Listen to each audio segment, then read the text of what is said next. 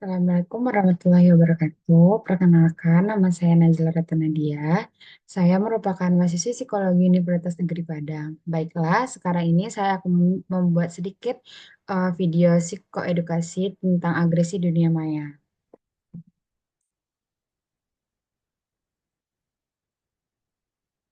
Nah, sebelumnya itu kan kita sudah tahu ya, kita ini hidup di dunia yang menggunakan internet, di mana merupakan internet ini dapat memudahkan kita untuk berkomunikasi dan berbagi informasi. Namun, di balik kemudahannya ini, ada ancaman agresi di dunia maya. Nah, seperti nanti yang ada macam-macam agresi yang ada di dunia maya ini yang akan saya bahas. Nah, pertama itu ada cyberbullying nih. Dan ini ada beberapa kasus cyberbullying yang akan kita bahas. Apa sih itu cyberbullying itu? Nah, cyberbullying ini adalah ancaman yang seseorang menerimanya seperti kebencian, ancaman, dan ejekan yang ada di media sosial. Nah, ini apa sih bentuk-bentuk cyberbullying ini? Yang pertama itu ada dissing, yaitu seperti menyebarkan rumor negatif. Itu yang kita dapat di public-public figure mungkin ya, yang sering kita temui di media sosial. Dan kemudian trolling, komentar provokatif, ketika mungkin maraknya ketika pemilu kemarin, mungkinnya ada provokatif-provokatif dari pendukung A dan B. Kemudian ada stalking, menguntit online. Mungkin stalking ini wajar ya, mengepoin sosmed orang. Tapi ada stalking ini dikatakan bentuk dari cyberbullying ini mungkin sudah berketerlaluan yang sampai sudah menguntit online seseorang di sosial media. Yang keempat ada phishing atau penipuan digital, yang itu mungkin adanya uh, maraknya berita-berita hoax ataupun rumor-rumor seperti tadi. Dan selanjutnya ada ancaman dan pemerasan. Nah, cyberbullying ini nih perundungan yang terjadi di dunia digital. Pelaku dapat dengan mudah menyembunyikan identitas mereka dan membuat dampaknya lebih luas. Seperti kita ketemu di akun-akun media sosial itu ada anonim-anonim yang menyebarkan cyberbullying ini, tapi kita tidak tahu siapa yang menyebarkannya ini. Nah, di sini ada kasus seperti mahasiswi asal Tuban jadi korban cyberbullying teror lewat medsos. Dan ada juga putra Papua yang jadi korban bullying karena rasisme di Indonesia makin liar. Kemudian ada influencer Malaysia bunuh diri akibat cyberbullying nih ya. Dari agresi-agresi dunia maya ini kita akan membahas apa sih dampak-dampaknya terhadap korban. Nah, selanjutnya itu ada iri hati.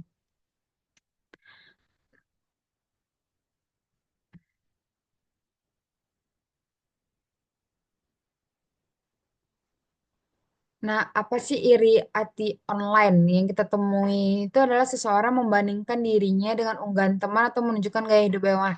Mungkin kita pun dapat ya membandingkan diri kita seperti kita melihat eh, artis-artis atau public figure itu kita melihat kenapa ya dia cakep banget atau kenapa ya hidup dia enak banget gitu kan. Tapi mungkin mengirikan hanya sekedar itu mungkin hal yang biasa ya, hal yang manusiawi terhadap manusia. Tapi mungkin ada iri hati yang berbentuk online ini, memang iri hati yang sudah parah gitu, yang mengakibatkan seseorang itu menjadi kena mental atau merasa dirinya itu, padahal public figure contohnya itu, kenapa dia tidak bisa memberikan efek yang baik terhadap para fansnya. Mungkin itu ada faktor-faktor yang kenapa bisa orang iri hati terhadap seseorang itu. Yang pertama di media sosial itu, yang pertama ada perbandingan sosial yang terlalu berlebihan. Seperti kita lihat, oh kok dia hidupnya terlalu mewah, terlalu banyak duitnya atau segala macam. Itu kan perbandingan sosial yang terlalu berlebihan ya, ya, sehingga ujungnya itu seperti public figure saja yang seperti kasus ini. Ayu Ting Ting itu berstatus janda tapi hidupnya bergelimang harta. Kemudian adanya hujat-hujatan yang seperti dari mana ya uangnya, padahal itu emang dari hasilnya Ayu Ting Ting sendiri. Dan ada juga itu tren unggahan kesuksesan yang mungkin dari ujaran tren seperti yang kita lihat di medsos itu, ada misalnya tren yang Itu sebenarnya bentuk seseorang atau public figure itu mengapresiasi dirinya, tapi mungkin karena kita terlalu iri atas usaha seseorang lain itu, sehingga kita menyebarkan kebencian-kebencian. Dan selanjutnya ada quarter life crisis.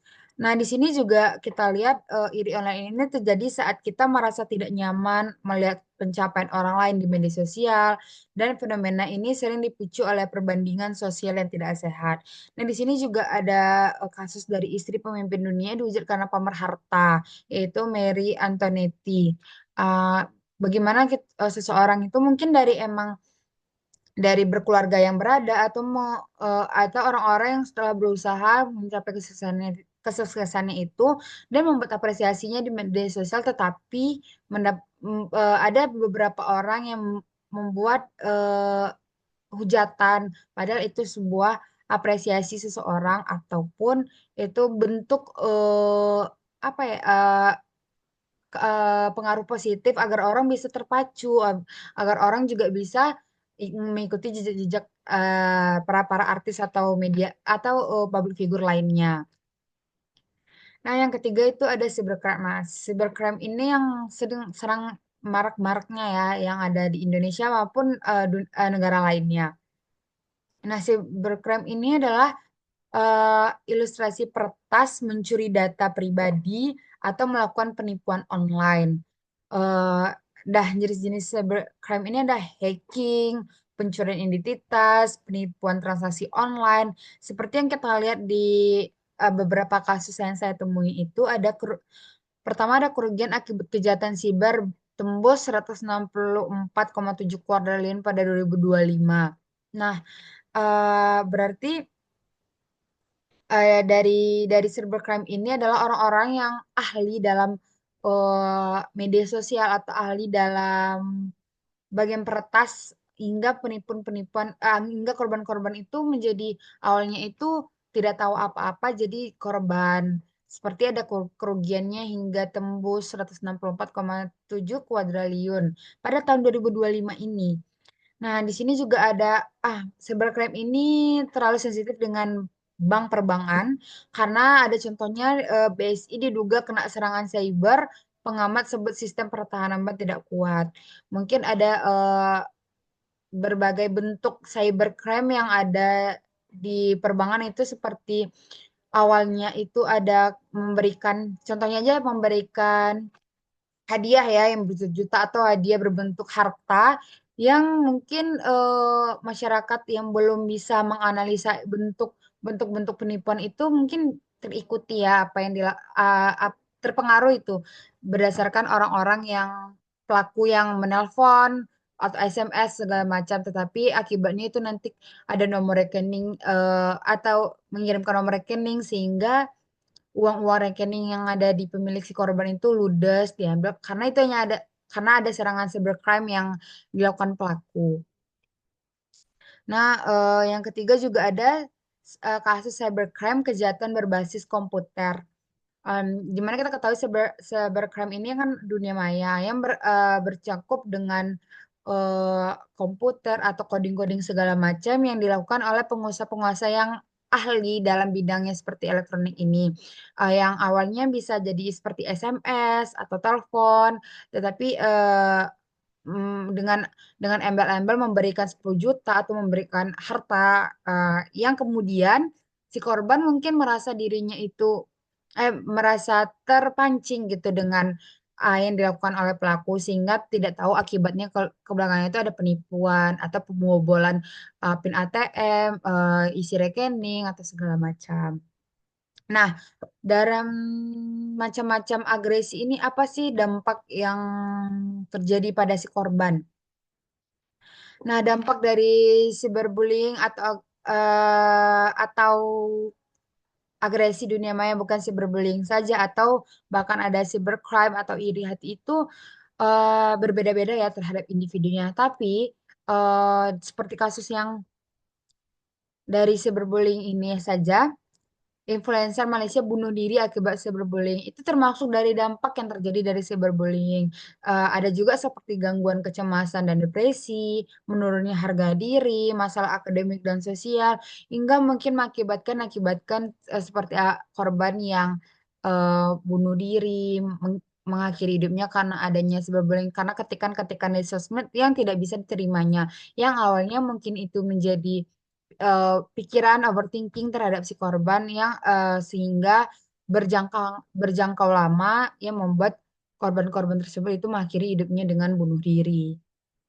Nah, bagaimana sih untuk para korban yang mungkin pernah terkena cyberbullying atau iri hati atau juga cybercrime ini mencakup semuanya? Apa sih bagaimana sih cara mencegahnya dan mengatasinya gitu?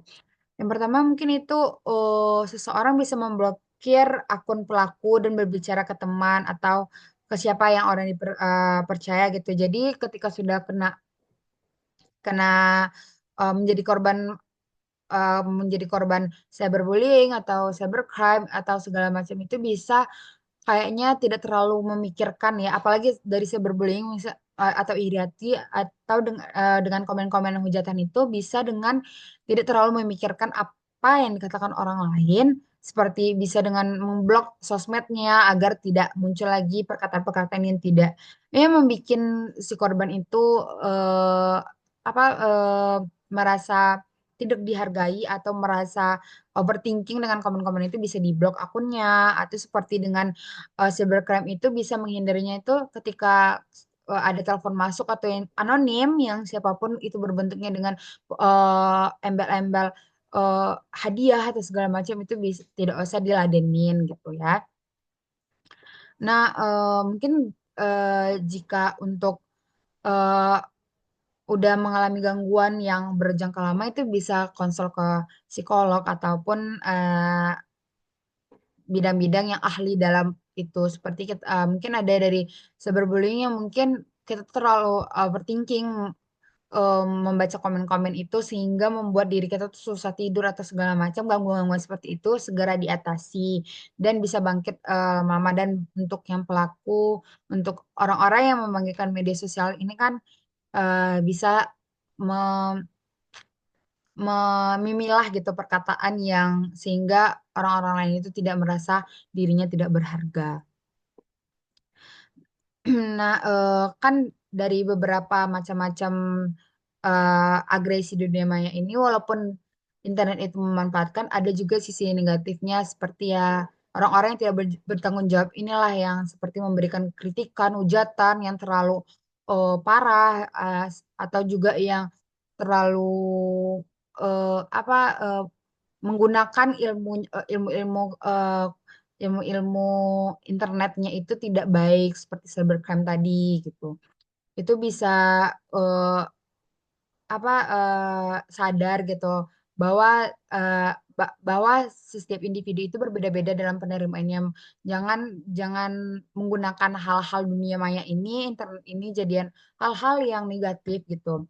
Karena kita tahu dunia maya ini tempat yang harus bisa jadi tempat yang nyaman bagi semua orang. Karena sekarang menggunakan internet bukan hanya dengan batasan umur, tapi semua umur situ mencakup ya dari media sosial itu. Jangan anak-anak yang belum tahu apa-apa itu juga terserang gitu dari cyberbullying, iri hati atau macam-macamnya gitu kan bisa jadi. Nah, gunakanlah internet dengan bijak, berpikirlah sebelum berkomentar, dan hentikan agresi di dunia maya ini. Nah, mungkin itu saja dari psikoedukasi saya yang saya bisa sampaikan tentang agresi dunia maya ini. Kedepannya, mari kita bersama-sama ciptakan lingkungan digital yang lebih positif, dan jangan ragu untuk berbicara jika kamu mengalami atau melihat agresi di dunia maya. Sebarkan video-video ini agar semakin banyak orang sadar akan pentingnya bersikap bijak di dunia digital. Mungkin saya Najla Ratu Nadia sebagai mahasiswi psikologi Universitas Negeri Padang membuat psikoedukasi ini untuk masyarakat-masyarakat yang bisa menontonnya agar bisa lebih aware lagi terhadap diri kita atau lingkungan-lingkungan sekitarnya terhadap digital dunia maya. Terima kasih, saya ucapkan Assalamualaikum warahmatullahi wabarakatuh.